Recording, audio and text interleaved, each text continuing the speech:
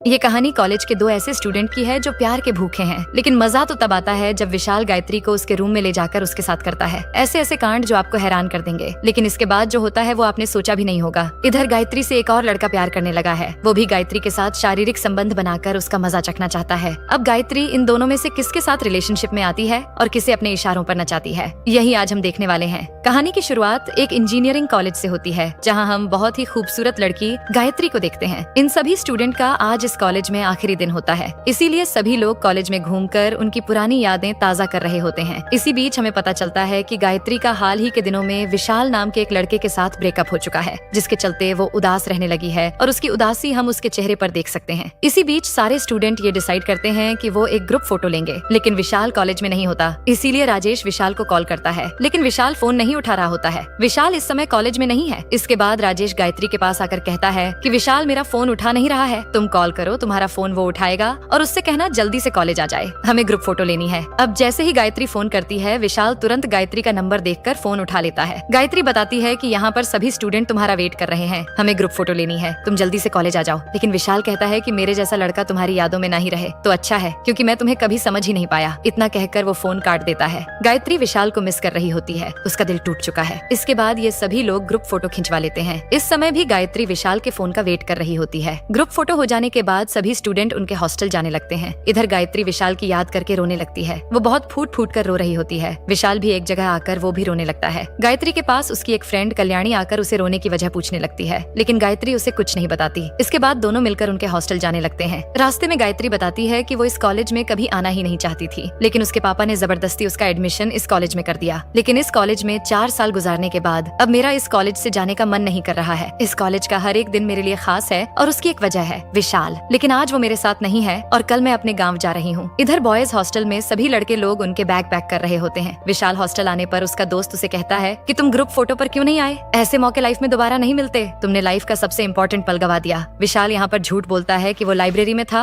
और उसे समय का पता ही नहीं चला। इसी के साथ हमें पता चलता है कि विशाल 31 पेपर्स में फेल हो चुका है और उसे 31 पेपर क्लियर करने हैं। विशाल का इंटरेस्ट म्यूजिक में होता है, पढ़ाई में नहीं। वो एक म्यूजिक डायरेक्टर बनना चाहता है। शाम में गर्ल्स हॉस्टल में सभी लड़कियां पार्टी कर रही होती है और जमकर दारू पी रही होती है, साथ ही वो डांस भी कर रही होती है। उसके बाद ये सभी लड़कियां एक ग्रुप फोटो लेने लगती हैं और एक दूसरे के गले मिलती है। इधर बॉयज हॉस्टल में भी पार्टी चल रही होती है। विशाल यहाँ पर गिटार बजा रहा होता है और गाना गा रहा होता है। गायत्री एक रूम में आकर विशाल का गाना सुनने लगती है, तो विशाल भी गायत्री के वीडियो उसके फोन में देखने लग जाता है। इन दोनों की लव स्टोरी मुझे अब इमोशनल किए जा रही है। कॉलेज के दिन हम सभी के लिए बहुत ही खास होते हैं। इसके बाद बहुत हिम्मत जुटाकर विशाल गायत्री को कॉल करता है और उसे बताता है कि मैं तुमसे बस आखिरी बार मिलना चाहता हूँ और प्लीज मना मत करना। कल तुम चली गई तो पता नहीं हमारी मुलाकात दोबारा कभी होगी भी या नहीं। मैं तुम्हारे हॉस्टल के बाहर आकर रुका हूँ, लेकिन गायत्री बताती है अभी मैं नहीं आ सकती, क्योंकि रात के 11 बजे चुके हैं और गेट बंद हो चुका है। विशाल कहता है कुछ भी करो गायत्री, लेकिन प्लीज एक बार मुझसे मिलने के लिए नीचे आ जाओ। इसके बाद गायत्री बहुत मुश्किल से नीचे आ जाती है। विशाल कहता है आज की रात हमारे लिए बहुत खास है, क्योंकि इसी जगह पर मैंने तुमसे प्यार का इजहार किया था। गायत्री कहती है मुझे सब पता है विशाल, वो पल मैं कैसे भूल सकती हूँ। इसके बाद गायत्री कहती है मुझे अब जाना होगा, क्योंकि बहुत लेट हो चुका है, अगर से भगवान ने चाहा तो हम फिर मिलेंगे।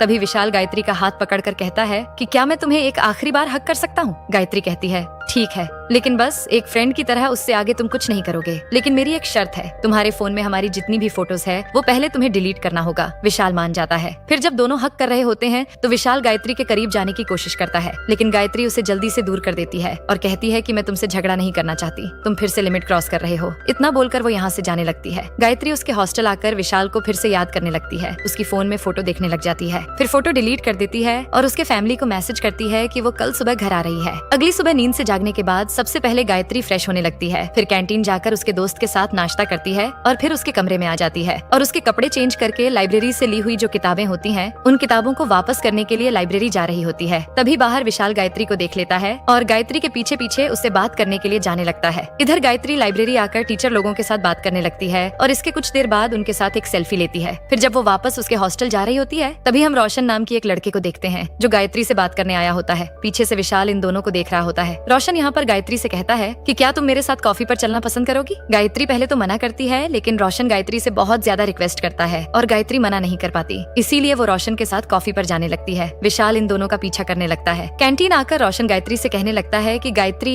मेरे दिल में बहुत दिनों से एक बात है जो मैं तुमसे कहना चाहता हूँ। देखो गायत्री, मुझे पता है कि विशाल और तुम्हारा ब्रेकअप हो चुका है और मैं तुमसे बहुत प्यार करता हूँ। प्लीज मेरे प्यार को अपना लो, हम साथ मिलकर बहुत मजा करेंगे। मैं तुम्हारी हर एक तमन्ना पूरी करूंगा। गायत्री, तुम अभी जवाब मत देना, तुम टाइम ले सकती हो, मुझे तुम्हारे जवाब का इंतजार रहेगा। इनकी सारी बातें विशाल सुन लेता है और वो उनके पास जाकर बैठ जाता है। रोशन कहता है कि हम दोनों कुछ पर्सनल बात कर रहे हैं, तुम कहीं और जाकर बैठो। विशाल कहता है कि ये कैंटीन है, तुम्हारे बाप का घर नहीं। इन सब बातों से गायत्री को गुस्सा आता है और वो उठकर यहाँ से चली जाती है। विशाल फिर से गायत्री के पास आकर उसे सॉरी कहने लगता है। गायत्री कहती है कि तुम्हें हो क्या गया है विशाल, वो बस मुझे उसकी दिल की बात बता रहा था कि वो मुझसे प्यार करता है, लेकिन मैंने उसे हाँ तो नहीं कहा। तुम बिल्कुल नहीं बदले, तुम बात बात पर गुस्सा हो जाते हो। इतना कहकर गायत्री उसके हॉस्टल आ जाती है और उसका सामान पैक कर यहाँ से जा रही होती है। तभी दोबारा विशाल गायत्री के पास आकर कहता है, गायत्री, क्या मैं तुम्हें बस स्टॉप छोड़ सकता हूँ। गायत्री कुछ देर सोचने के बाद हाँ कह देती है। फिर जब दोनों बस स्टॉप जा रहे होते हैं तभी बारिश होने लगती है, इसीलिए दोनों कॉलेज के कैंपस में ही रुक जाते हैं। विशाल कहने लगता है, तुम्हें पता है ना गायत्री, लास्ट ईयर ऐसे ही बारिश में हम कॉफी पी रहे थे, क्या हम फिर से उस पल को दोबारा जिंदा करें। इसके बाद दोनों कॉलेज में घूमकर उनकी पुरानी यादें ताजा करने लगते हैं। इन दोनों का ये आखिरी पल है, दोनों इस पल को सेलिब्रेट कर रहे होते हैं। इसके बाद कैंटीन में आकर गायत्री उसने दिए हुए किचन को वापस ले लेती है। इस किचन के ऊपर लिखा होता है कम बैक टू मी और कहने लगती है, मैं नहीं चाहती विशाल की तुम मेरे दिए हुए चीज को देखकर मुझे याद करो और दुखी हो, मुझे ये पसंद नहीं। विशाल इस चीज से इतना गुस्से में आ जाता है कि वो कहने लगता है, तुम लड़कियां ऐसी ही होती हो, पहले हमसे प्यार करने का नाटक करती हो, फिर जब हम तुमसे सच्चा प्यार करने लगते हैं तब हमें कहती हो कि हम सब कुछ भूल जाए। गायत्री विशाल को समझाने लगती है कि मैं नहीं चाहती विशाल की तुम मेरे जाने के बाद दुखी रहो, इसीलिए तुम्हें मेरी बात माननी होगी। अब ऐसी ही बातों में दोनों एक दूसरे के करीब आने लगते हैं और ये पल काफी रोमांटिक होता है। दोनों एक दूसरे की आंखों में देखकर प्यार का इजहार कर रहे होते हैं। इसके बाद दोनों क्लासरूम में आ जाते हैं और पूरे क्लासरूम में ये दोनों ही होते हैं। दोनों एक जगह बैठकर बातें करने लगते हैं। विशाल कहता है कि तुमने मुझे दूर क्यों कर दिया। गायत्री बताती है, लास्ट ईयर मैं अपने पढ़ाई पर फोकस नहीं कर पा रही थी, एक तरफ तुम और दूसरी तरफ मेरी पढ़ाई, मैं काफी ज्यादा परेशान हो चुकी थी। विशाल हंसकर कहता है कि तुम झूठ बोल रही हो, मुझे सच्चाई जाननी है। गायत्री कहती है, तुम बहुत जल्दी गुस्सा हो जाते हो, मेरी यही कोशिश रही है कि तुम्हें गुस्सा ना आए, लेकिन पूरी जिंदगी तो ऐसे नहीं चलेगी ना विशाल, और इसी के चलते मैंने फैसला किया कि हमारा दूर ही रहना हमारे लिए अच्छा है। तभी कल्याणी का कॉल आता है, वो बताती है कि मैं तुम्हारा बस स्टॉप पर वेट कर रही हूँ, तुम जल्दी से आ जाओ। विशाल उसकी बाइक पर गायत्री को बस स्टॉप लेकर जाने लगता है और बस स्टॉप पर लाकर उसे छोड़ देता है और पास ही के एक होटल में जाकर बैठ जाता है और खिड़की से गायत्री को देखने लगता है। कुछ देर बाद गायत्री नजर नहीं आती। विशाल को लगता है कि वो चली गई, लेकिन बाहर आकर देखने पर गायत्री वहीं पर बैठी होती है। विशाल खुश होकर उसके पास जाता है और कहता है कि क्या तुम्हें बस नहीं मिली। गायत्री कहती है कि नहीं, शायद और थोड़ा टाइम लगेगा। विशाल कहता है कि अगर तुम चाहो तो हम मेरे रूम पर जा सकते हैं, मैं तुम्हारे लिए अपने हाथ से खाना बनाकर तुम्हें खिलाऊंगा। गायत्री पहले मना करती है, लेकिन विशाल के बहुत ज्यादा रिक्वेस्ट करने पर वो मान जाती है। दोनों रूम पर आ जाते हैं। विशाल कहता है कि तुम फ्रेश हो जाओ, तब तक मैं तुम्हारे लिए कुछ बनाता हूँ। गायत्री ऊपर जाकर विशाल का रूम देखने लग जाती है। रूम देखकर हो जाने के बाद वो नीचे आती है और ये दोनों मिलकर खाना बनाने लगते हैं और साथ बैठकर खाने लगते हैं। खाना खाने के बाद विशाल गायत्री के लिए गाना गाने लगता है।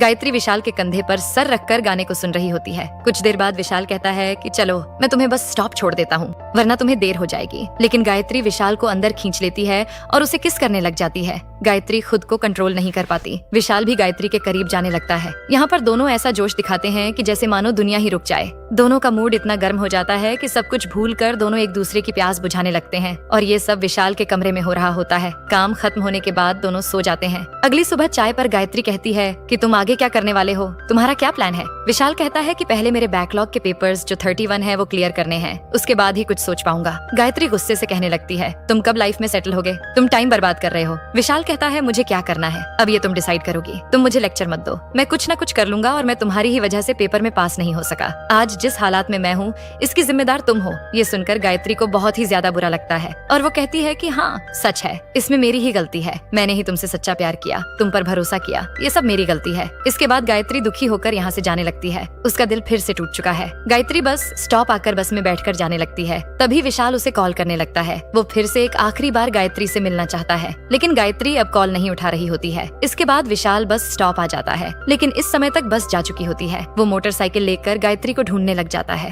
काफी ढूंढने के बाद गायत्री उसे एक बस में दिखाई देती है। विशाल उस बस में आ जाता है और गायत्री के पीछे जाकर बैठ जाता है और उससे माफी मांगने लगता है। गायत्री कहती है कि पता है हमारा ब्रेकअप क्यों हुआ, तुम्हारी गुस्से की वजह से तुम गुस्से में सब कुछ भूल जाते हो और बाद में मेरे पास आकर मुझे सॉरी कहते हो। तुम्हारा सॉरी लेकर मैं क्या करूं, क्या उसका अचार डालूं? मुझे तुम माफ कर दो विशाल, और पहले ये डिसाइड करो कि तुम्हें लाइफ में क्या करना है। 4 साल अपने आप को दो और इन 4 सालों में हमारे बीच अगर प्यार रहा तो हम दोबारा मिलेंगे। विशाल गायत्री की ये बात मान जाता है और जाने से पहले एक सेल्फी लेता है और ये सेल्फी इन दोनों की आखिरी सेल्फी होती है। दोनों काफी इमोशनल हो जाते हैं। इसके बाद गायत्री का स्टॉप आ जाता है और वो बस से उतर कर जाने लगती है। गायत्री के जाने के बाद विशाल फूट फूट कर बस में ही रोने लगता है। इधर गायत्री उसके घर जा रही होती है। गायत्री उससे बहुत प्यार करती है, इसीलिए वो उसके फोन में 4 साल का रिमाइंडर लगा देती है। उसे उम्मीद है कि एक दिन सब कुछ ठीक हो जाएगा। इधर विशाल उसके पैशन यानी कि म्यूजिक को फॉलो करने निकल पड़ता है और इसी के साथ ये कहानी यहीं पर समाप्त होती है।